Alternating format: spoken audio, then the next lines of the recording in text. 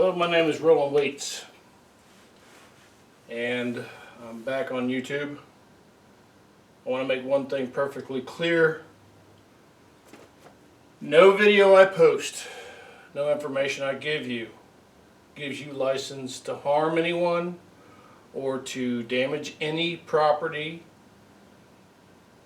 It is only information given to you to enlighten you, and that's one facet of information. Remember, to get the truth of any event, you have to get your information from a lot of sources, not just from the internet. Yes, I am wearing a mask. I'm wearing a mask because I'm poor and I don't have the ability to protect myself or my family from the consequences of dealing with controversial subject matter. So that's why I wear a mask. But I have something I want to say, and I'm going to give this to you, and you can hate it, you can comment on it, because unlike a lot of YouTube videos, I'm not going to edit my comments. You're going to be able to eviscerate me in the comments. You're going to be able to be hateful and ugly if you want to, and you're going to be able to say what you want to say. Today's video, the subject of today's video is about the horrific murder of George Floyd. That trial that just finished was very bizarre.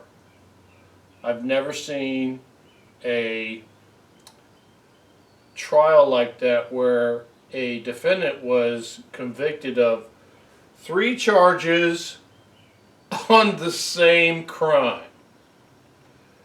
He was convicted, Chavin was convicted of murder 2, murder 3, and manslaughter. And what you have to understand is each of these is a charge of the same crime. And by law, you cannot be convicted of all 3 together. You have to be convicted of one of these. So at sentencing, the judge is going to have to vacate, to make that sentencing valid, the judge is going to have to vacate 2 of these. Now, if he wants to send a message, he needs to convict Chavin of murder 2 and give him 20 to 40 years of life in prison for sticking his knee on George Floyd's neck for 9 minutes and holding his arms back as he did it. If he is going to cut Chavin a break, he would vacate the murder 2 and the murder 3 and convict him of manslaughter, which carries a lesser sentence. But the central thing I want to give to you here is that these 3 charges are an escalating layer of charges of the same crime. You can't be convicted of all 3 at the same time. It's not legal. It's called double jeopardy.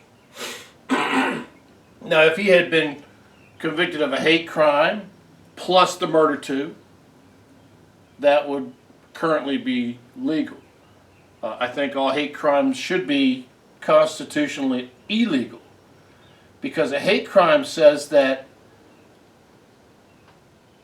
it's more important what you were thinking when you killed someone than the fact that you killed someone, which is absolutely ridiculous. If I kill a white person, or if I kill a black person, or if I kill a Chinese person, it shouldn't matter that, oh, I like the white person, but I just felt like killing him. But I didn't like the black person, so I killed him. Or I didn't like the Oriental person, I killed him. Or maybe the white person was a gay person, so I killed him. That shouldn't matter. The fact that I killed him is what should matter. And the full force of the law should be forced against the person who committed the murder for that murder. We shouldn't get involved in trying to dilute the charges or try to stair-step what is the important way to murder a person. Murdering a person is murdering a person, whether it's a transgender female or a straight white male or a black male. It shouldn't matter what the thought process was of the person when they killed the person. The act of murder should matter. So anyway, but today, these are still legal. So he could be convicted of murder 2 and hate crime. He could also be convicted of a civil rights violation, which is ridiculous. You murdered a human being. You know, I think that's the most egregious statement of civil rights violation you could ever make against a person, is taking their life. So that also, all that is lawyer masturbation. Okay? This is lawyer masturbation, and this is lawyer masturbation. Okay? When you murder someone, you murder them. I even heard, just to get off the subject just a little bit here, there was a guy who killed a child, killed a little girl like 7 years old. He said, but I didn't rape her. I killed your daughter, but I didn't rape her. And I'm like, is that for real? I mean, is that statement, do you think that makes me feel any better? That you would kill my daughter? And that you didn't rape my daughter before you killed her? I mean, this is the kind of ridiculousness we have going on here. But in this case, we have a situation where, first off, the jury should have been sequestered. There's no doubt. Because when the judge did not sequester the jury, they gave Chauvin a bona fide reason to appeal. When the judge is sentencing Chauvin, he needs to vacate 2 of these charges. Because if he doesn't, he gives Chauvin another reason he can appeal. And unfortunately, when a congresswoman goes out and incites a riot if they don't get the jury verdict they choose, and the jury is not sequestered to not hear that, that also gives Chauvin a right to appeal. So you got 3 rights to appeal there before we ever get to sentencing. So it's a mess, and it didn't need to be a mess. The jury should have been sequestered. There should have been jury instruction about the charges. And it was horrific. There's no police officer on the planet that looks at that guy sticking that knee on that neck for 9 minutes and goes, I would do that. I think that's proper police procedure. There's no one who does that. Also, here's another thing you need to know. The medical evidence in the trial stated that George Floyd died not from strangulation, but from a heart ailment that was related to his drug use. Obviously, having 3 police officers sitting on you and a guy sitting on your neck might give you a heart attack. Okay? But here's another thing I want you to know. If Chauvin is guilty of murder, then those other police officers are guilty of accessory to murder. I mean, it just follows.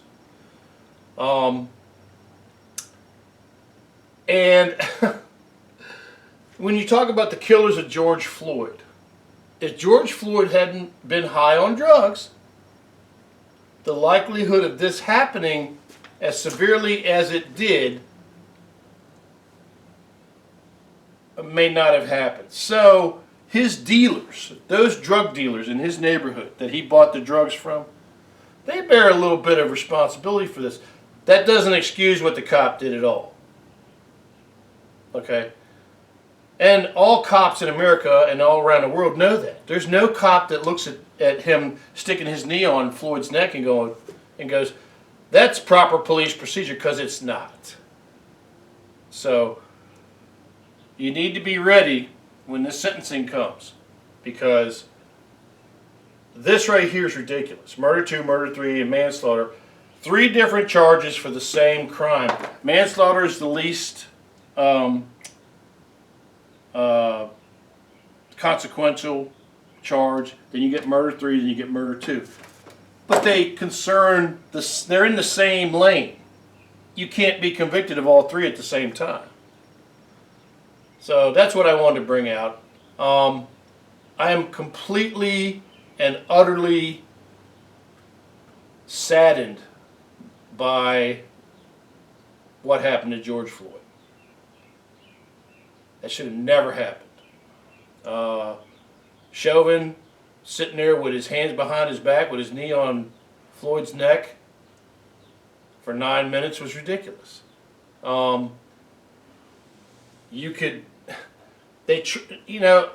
Some people tried to say during this trial, they tried to say, well, he would have died anyway because of, he was really high on drugs and his level of drug use would have killed him. You know what? We're not even going there.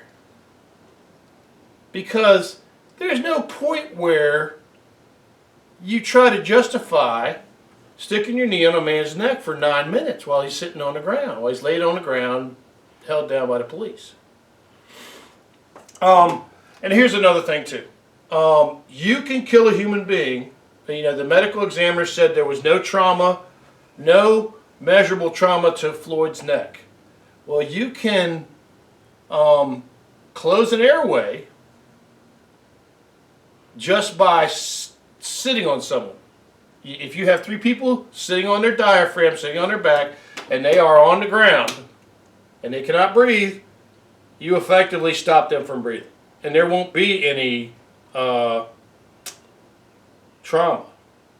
They'll just not be able to breathe, and they'll stroke out from lack of oxygen, and they'll die. So, whatever happens to Chauvin, there's other police officers that was there that should have taken steps, and they also will have to be held accountable. But there's not a police officer in America that looks at that and goes, I'm proud of that. No, there isn't. I'm sorry. There's no cop in America that looks at that and goes, I would have done that. No. That's ridiculous. We don't do that in America. Although it did happen. So when the sentencing comes, let's have some self-control and let's make sure that justice happens for George Floyd. I would also ask that the dealers that gave George Floyd his drugs, that those of you in your neighborhoods, you know who these people are, that you go back to those people and say, you know what? Why are you doing this? I mean, you can't make an economic reason why you're selling a substance that makes people go out of control, or the damn cops come up anyway. We don't want the cops in the neighborhood. So, but that's another entire video.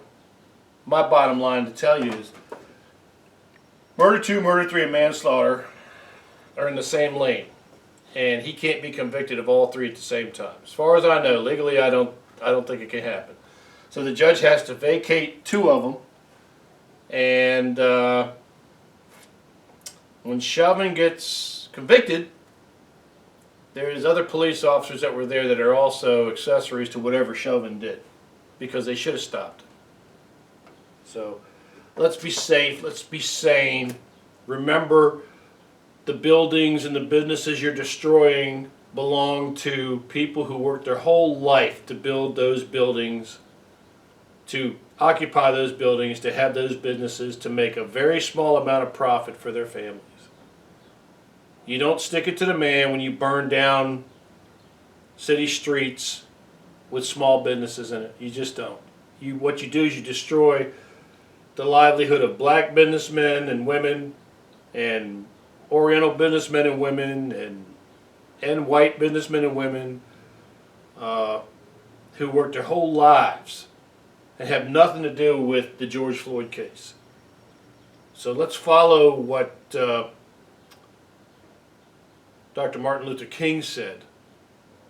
Power through peaceful protest. Power through persistence. And power through our faith in God, that we won't let this stand, okay? That's all I had to say. Thank you very much.